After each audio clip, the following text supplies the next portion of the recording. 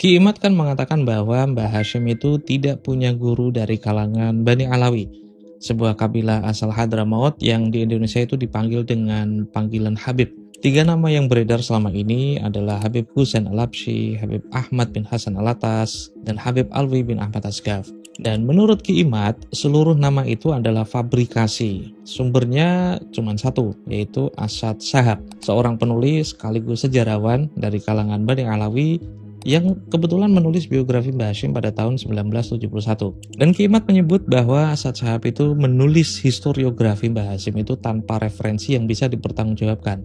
Dia juga menekankan bahwa tidak ada satupun tulisan tangan Mbah Hashim yang menyebut ketiga nama itu sebagai gurunya. Bahkan Gus Akar Hanaf, anak dan murid langsung Mbah Hashim yang menulis biografi ayahnya pada tahun 1948, tidak mencantumkan satupun nama Bani Alawi. Jika kalian baru nonton Papanya Ngantor, sebenarnya saya tuh sudah membongkar klaim ini untuk nama pertama di video sebelumnya. Tapi saya perlu menjelaskan kembali apa yang pernah saya temukan, karena polanya akan berulang hari ini. Mbah Hashim itu kan menulis sebuah kitab bernama Ziyadah Ta'liqat yang selesai pada tahun 1352 Hijriah, ya sekitar 1933 Masehi. Di halaman 47, dengan tangan Mbah Hashim sendiri, beliau menulis seperti ini. Al-haditsul ladzi haddatsanahu As-Sayyid Husain Al-Habsyi bi Makkah Al-Mukarramah. Hadis yang diceritakan kepadaku oleh Sayyid Husain Al-Habsyi di Mekah Al-Mukarramah. Kata haddatsanahu dalam tradisi periwayatan hadis itu punya makna teknis yang sangat spesifik, bahwa seorang periwayat duduk di hadapan gurunya, mendengar langsung dari mulutnya, dan menerima riwayat tersebut secara tatap muka. Dalam kategori periwayatan, kita mengenalnya dengan kondisi tahakkukul liqa. Ini kan bukan kutipan dari buku, ini catatan pertemuan langsung antara guru dan murid, dan ditulis oleh Mbah Hashim Asy'ari sendiri, tentang pengalamannya sendiri di Mekah. Coba sekarang perhatikan urutannya. Tahun 1933, Mbah Hashim itu sudah menulis bahwa beliau itu menerima hadis dari Habib Husain Al-Habsyi di Mekah. 15 tahun kemudian, tahun 1948, Gus Akar Hanaf menulis biografi ayahnya tanpa menyebut nama itu. Kemudian, 23 tahun setelahnya, tahun 1971, Asad Shahab menyebut Habib Husain Al-Habsyi sebagai guru Mbah Hashim. Lalu Ki Imad membaca biografi Gus Akar Hanaf dan ternyata tidak menemukan nama Husain Al-Habsyi. Dan Ki Imad akhirnya menyimpulkan kalau Asad Shahab itu cuma mengarang-arang cerita, cuma membuat-buat cerita. Tapi kan Mbah Hashim sendiri sudah menulisnya 38 tahun sebelum Asad Shahab itu menerbitkan apapun tentang Mbah Hashim sudah menulisnya. Justru pertanyaan saya itu begini, entah karena alasan apa, kenapa Gus Akar Hanaf itu tidak mencantumkan nama guru yang ayahnya sendiri itu sudah menuliskannya? Jadi pertanyaannya itu bukan dari mana Asad Shahab mendapatkan nama itu, tapi mengapa Gus Akar Hanaf itu tidak menuliskan apa yang sudah ditulis oleh ayahandanya? Di video lain kita akan mengulas hal itu, jadi jangan lupa follow dan subscribe. Saya Rumah Labas, selamat datang di Papanya Ngantor.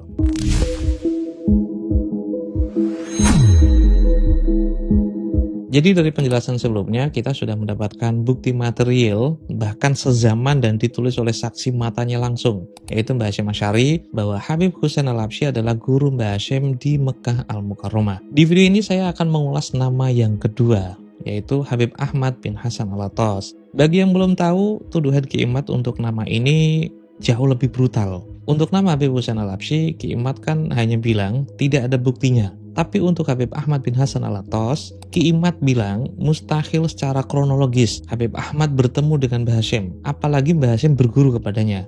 Nah, usut punya usut, ternyata Ki Imad itu mengutip kitab Uqudul Almas karya Alwi bin Dahir Al-Haddad dan menemukan informasi bahwa Habib Ahmad bin Hasan Al-Attas itu meninggalkan Mekah sekitar tahun 1279 Hijriah dan kembali ke Hadramaut. Sementara Mbah Hashim baru tiba ke Mekah pada tahun 1308 Hijriah, hampir 30 tahun kemudian. Orangnya sudah pergi, muridnya belum datang.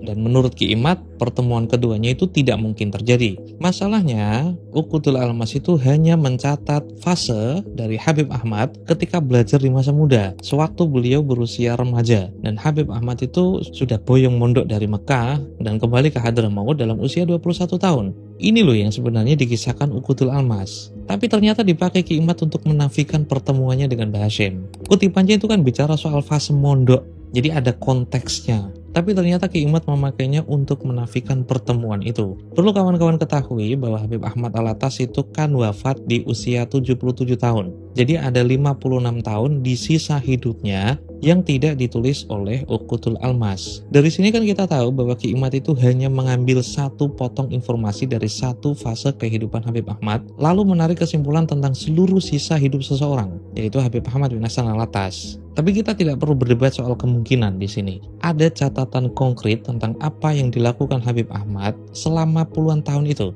Dan yang mencatatnya bukan pengamat luar, tapi beliau sendiri yang menyampaikannya. Kronologinya begini.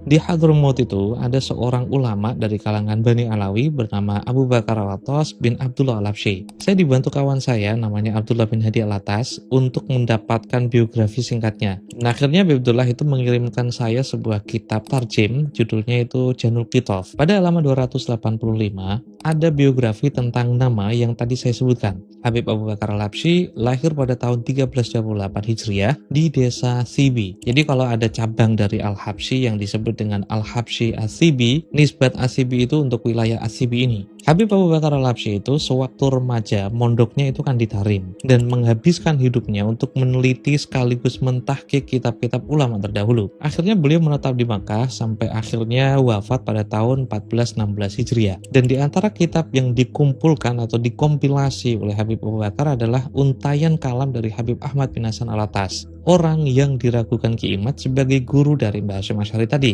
Judul kompilasi itu bernama Tazkirun Nas min Kalamil Habib Ahmad bin Hasan Alatas. Coba perhatikan judulnya, Min Kalamil Habib Ahmad bin Hasan Alatas. Artinya itu pengingat atau tazkirah bagi orang-orang yang pengingat itu diambil dari ucapan atau kalam Habib Ahmad bin Hasan Alatas. Pada kolofon kitab tersebut tertulis bahwa kompilasi ini selesai dikompil atau dikumpulkan pada 22 Zulqa'dah 1393 Hijriah. Dan di halaman 140 ada reportase yang mau saya ulas di video ini. Wasu'ila Sayyidi radhiyallahu an awali safarin lah ilal haramain. Dan Habib Ahmad bin Hasan Alatas itu ditanya terkait kapan perjalanan beliau untuk kali pertama ke Tanah Haram. Dan Habib Ahmad bin Hasan Alatas menjawab ada 6 kali perjalanan ke Mekah sepanjang hayat beliau. Perjalanan pertama tahun 1274 Hijriah hanya untuk berhaji. Perjalanan kedua tahun 1275 Hijriah untuk belajar tajwid Al-Quran, dan pada perjalanan inilah beliau berguru kepada Syed Ahmad Zaini Dahlan selama 5 tahun. Perjalanan ketiga tahun 1288, perjalanan keempat tahun 1298 Hijriah,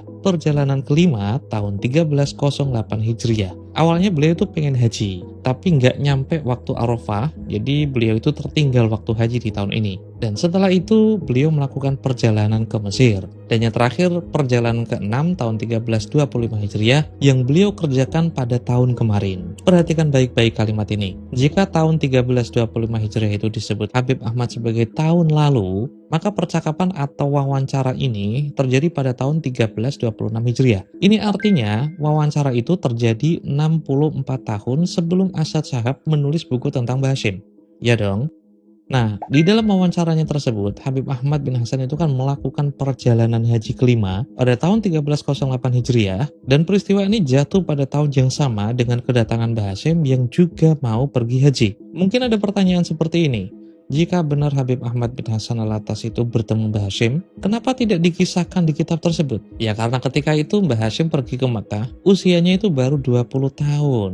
Beliau bahkan belum jadi kiai, beliau masih jadi Gus Hasyim Asy'ari. Loh, kendati pun di tahun yang sama keduanya kemungkinan bertemu, tapi kan ada kemungkinan juga keduanya tidak bertemu. Justru itulah masalahnya. Jika kalian membaca kisah perjalanan Habib Ahmad untuk haji yang kedua pada tahun 1275 Hijriah yang dikisahkan oleh Habib Ahmad sendiri, beliau itu kan belajar dengan Syed Ahmad Zaini Dahlan selama 5 tahun. Saya punya beberapa surat dari Syed Ahmad Zaini Dahlan yang dikirimkan kepada Habib Ahmad. Bahkan ada yang ditulis ketika beliau itu boyong dari Mekah pada tahun 1280 Hijriah. Dan di situ nampak sekali Syed Ahmad Zaini Dahlan sangat mencintai Habib Ahmad dan memuji kepintarannya, memuji kealiman Habib Ahmad. Perlu juga kalian ketahui bahwa Syed Ahmad Zaini Dahlan itu kan guru dari Mbah Nawawi Banten dan Syekh Nakholil Bangkalan, dua ulama Nusantara yang terhubung dengan sanad keilmuan Mbah Hasyim. Pertanyaan saya begini, mungkin Mungkinkah Gus Hasyim Asy'ari yang masih berusia 20 tahun waktu itu pergi jauh-jauh ke Mekah pada tahun 1308 Hijriah, tapi mungkinkah beliau tidak beristifadah apa-apa, tidak mau belajar apa-apa kepada orang yang dipuji Said Ahmad Zaini Dahlan sebagai muridnya yang mulia? Mbah Hasyim Asy'ari haji dan mendapat Arafah di tahun 1308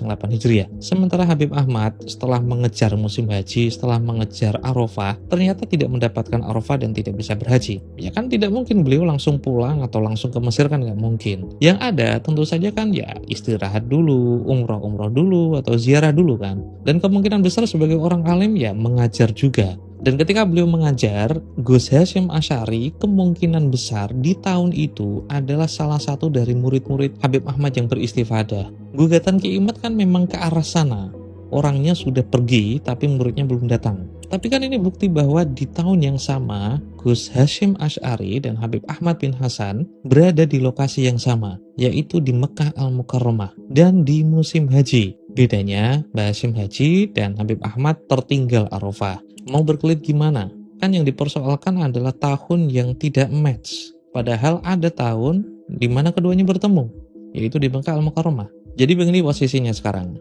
Ki Imad itu kan membangun seluruh kasusnya di atas dua argumen. Argumen pertama, tidak ada tulisan tangan Mbah Hasyim yang menyebut nama guru dari Bani Alawi. Argumen ini sudah roboh. Mbah Hasyim Asy'ari sendiri yang menulis bahwa Habib Husain Al-Habsyi diziyadah taklikot dengan tangan Mbah Hasyim sendiri. Argumen kedua, Habib Ahmad bin Hasan Al-Attas mustahil bertemu Mbah Hasyim karena beliau sudah meninggalkan Mekah sebelum Mbah Hasyim datang.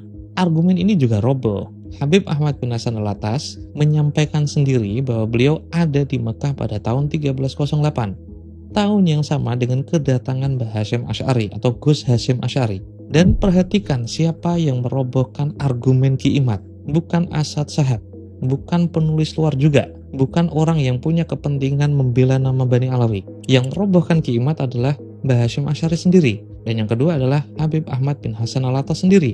Ini kan sudah ada dua sumber primer dari tangan pelaku sejarahnya langsung. Ada satu klaim Ki Imad yang belum kita sentuh. Ki Imad itu tidak hanya bilang tidak ada bukti. Dia juga bilang bahwa satu-satunya orang yang mengaitkan nama Bani Alawi dengan Mbah Hasyim adalah Asad Shahab. Dan dari video ini kalian sudah tahu, Ki Imad itu tidak hanya tidak menghormati Mbah Hasyim, tapi Ki Imad itu terang benderang memfitnah Asad Shahab. Kalau sudah terbukti Asad Shahab ternyata difitnah, kalau sudah terbukti Mbah Hasyim berguru dengan Habib Husain Al-Habsyi di Mekah, kalau sudah ada bukti bahwa Habib Ahmad bin Hasan Al-Attas di Mekah pada tahun 1308, tahun yang sama ketika Gus Hasyim Asy'ari ke Mekah, lantas apa yang tersisa untuk mempercayai Imaduddin Utsman Al-Bantani? Kalau sudah terbukti Ki Imad itu membangun seluruh kasusnya di atas ketiadaan bukti, lalu menyimpulkan bahwa ketiadaan itu berarti kepalsuan, ya maka dari sini sudah terang benderang juga cara dia memahami sejarah itu sangat dan sangat-sangat ceroboh. Dan kecerobohan ini justru dibantah oleh pelaku sejarahnya sendiri, di mana Asad Shahab terbukti benar menulis informasi itu di bukunya. Dari dua nama yang disebut Asad Shahab, ternyata sudah terverifikasi. Lantas apa alasan yang tersisa untuk menganggap nama ketiga adalah karangan dari ocehan Ki Imad? Memangnya kalian mau jadi badut Ki Imad? Share Mulabas, jangan lupa follow dan subscribe. Ini Paman Jangan Tor, sampai jumpa.